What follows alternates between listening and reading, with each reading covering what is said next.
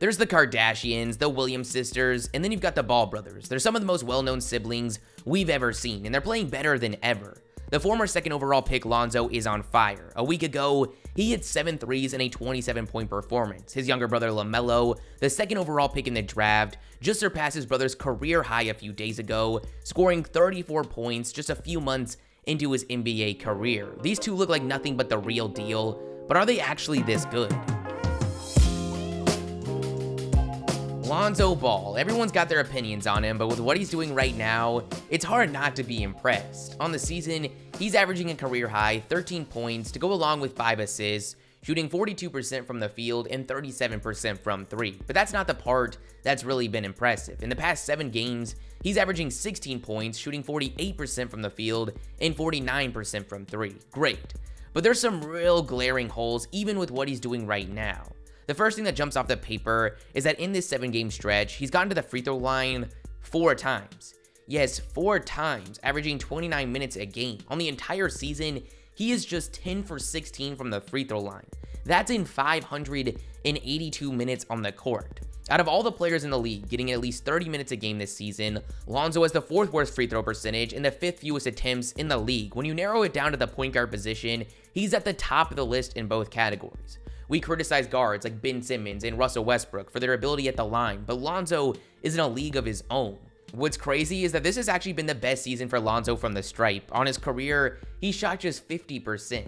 There's a lot of skills. People like to say they can do better than NBA players, and a lot of the time, they're just full of it. But I know a lot of people, myself included, that I'm pretty confident would beat Lonzo in a free throw contest. Now, this might not seem like a big deal to some, but it is. When you're this bad at free throws, like worse than Shaq bad, you're going to be met with stronger contests at the basket because the math says you're better off just fouling them. It's also going to be extremely hard to be left in at the end of games, really limiting his value as a starting point guard. It's also been a strong indicator of some of his biggest offensive struggles, and that's really anything that's not a three-pointer. On his career, 80% of his shots have either come from 3 or within 3 feet of the basket. And for good reason, he can't make anything in between. He shot 26% from 3 to 10 feet, 33% from 10 to 16 feet, and 35% from 16 feet to the three-point line. So yes, there's some major concerns when considering having Lonzo as one of the cornerstones of your future. But I have a slightly bigger problem with Lonzo, and that's consistency.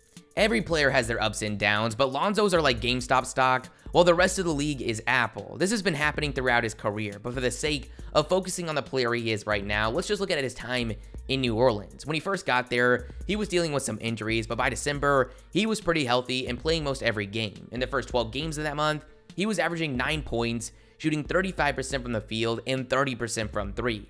The next 8 games, he would average 18 points, 8 assists, and 7 rebounds, shooting 41% from 3. That includes a 4-game stretch where he averaged 24 points a game. The next month, he shot 38% from the field. But in the 4 games leading up to the suspension, he caught fire again, averaging 21 points, shooting 48% from 3 on 9 attempts a game.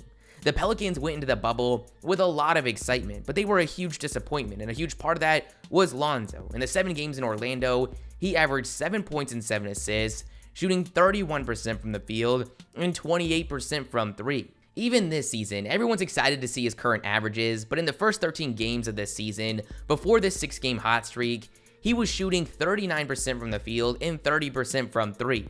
So while Lonzo can really bring the Pelicans a lot as a defender and as a playmaker, his reliance on his three-point shot, his inability to score when taking anything that's not an open layup or a 3, his inability to shoot free throws, and his severe inconsistency makes it really hard to count on him going forward. Now we've got LaMelo, and it's going to happen again. Years down the line, everyone's going to look back at this draft with just pure confusion on how a 6'7" do-it-all point guard with clearly the highest ceiling, even going into the draft, did not go with the #1 overall pick. We really need to stop getting scared about a player that didn't go to college. People made the same mistakes with Luka Doncic, but just man, imagine LaMelo in a Warriors uniform right now. Since going with the 3rd overall pick to the Charlotte Hornets, LaMelo has shown he is the real deal. He's emerged as a clear favorite to win Rookie of the Year, currently sitting at -210 odds. The next closest is Tyrese Halliburton at +390. On the season, he's averaging 14 points, 6 rebounds, and 6 assists, shooting 44% from the field and 34% from 3. Really impressive, and if that's his stat line at the end of the season, there really wouldn't be too much to complain about, and he'd probably win Rookie of the Year no contest. but it looks like those end of the season numbers might look a lot different. LaMelo didn't start off the year with much of a role. In his first game, he got 15 minutes, but after his second game, where he put up 13 points, including 2 for 4 from 3 and another 15-minute performance, his role really ramped up, and he would have 22 points in just his 4th game of the year. Since then, he's had his ups and downs just like any other rookie, but he's yet to deal with any severe cold spell. He's been nothing but electrifying, and one of the few rookies that it really looks like is making his team better on both ends whenever he's on the court. The Hornets are currently the 7th seed and are going to continue to compete for a playoff spot as the season goes on. A lot of this can be attributed to the addition of Gordon Hayward, but LaMelo deserves a lot of credit. Whenever he's getting more than 29 minutes a game, this team is significantly above 500. But why we're here is the run that he's on right now, coinciding with Lonzo's current performances. In the last 5 games, LaMelo is averaging 23 points, 6 assists, and 6 rebounds, shooting 49% from the field, 50% from 3 on 6 attempts a game, and 96% from the free throw line on over 4 attempts a game. Incredible, and you can really make the case that this is better than any 5-game stretch Lonzo has had in his NBA career. Other than being brothers, these two are so much different as players. Lonzo's passed down a lot of great playmaking traits to LaMelo. You get it? Passed down.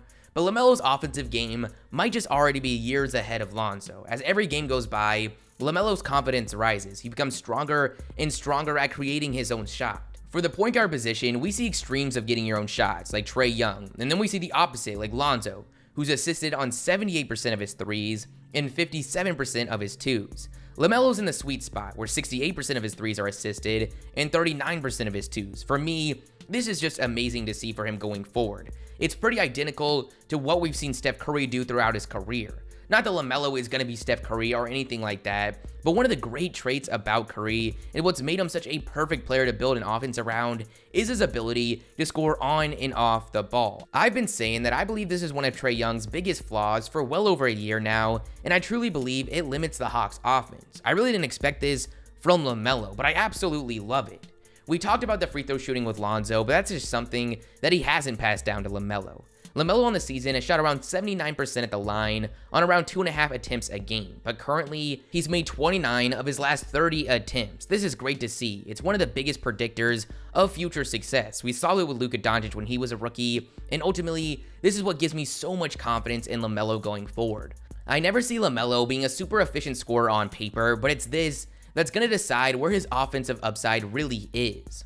So you've got two brothers, both have great size for their position, are great playmakers, but that's kind of where the comparison stops. You've got one that relies on open threes to go in for almost all their scoring production. They're hard to keep in the game down the stretch with their free throw shooting, and it's hard not to see them crumbling when defenses are in playoff intensity. The other one is showing a wide range of scoring skills from multiple levels. He's effective at creating his own shot, which he uses to his advantage, playmaking in the half court. His ability to get to and make shots at the free throw line, along with his ability on and off the ball, gives him ceilingless potential. Oh, and that guy is just a rookie. We did a video recently comparing these two as rookies, but it's kind of crazy that in order to even have a competition now, you've got to compare these two currently, and even then, I'm giving the edge to the rookie.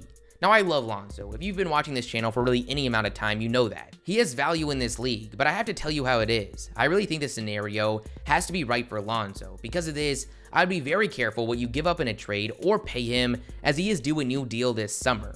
I say this because right now, Lonzo is one of the most talked about players when it comes to a trade at the upcoming deadline. Now, I don't really understand this one, as I might be more concerned with Eric Bledsoe, but maybe with how Lonzo is playing right now, they can get overpaid for him. There's a lot of teams rumored to have interest in Lonzo, the Bulls and Warriors, just to name a few. I'm really interested to see where his trade value is and how he does on a new team. But at the end of the day, considering what LaMelo is doing as a rookie, I'm all about giving him the hype until he proves unworthy. For Lonzo, we need to take everything with a grain of salt. He has done this to us time and time again. I'm seeing Lonzo Ball hater apology forums going around Twitter. Like, come on. Once he makes a free throw a game, I'll fill one of those out.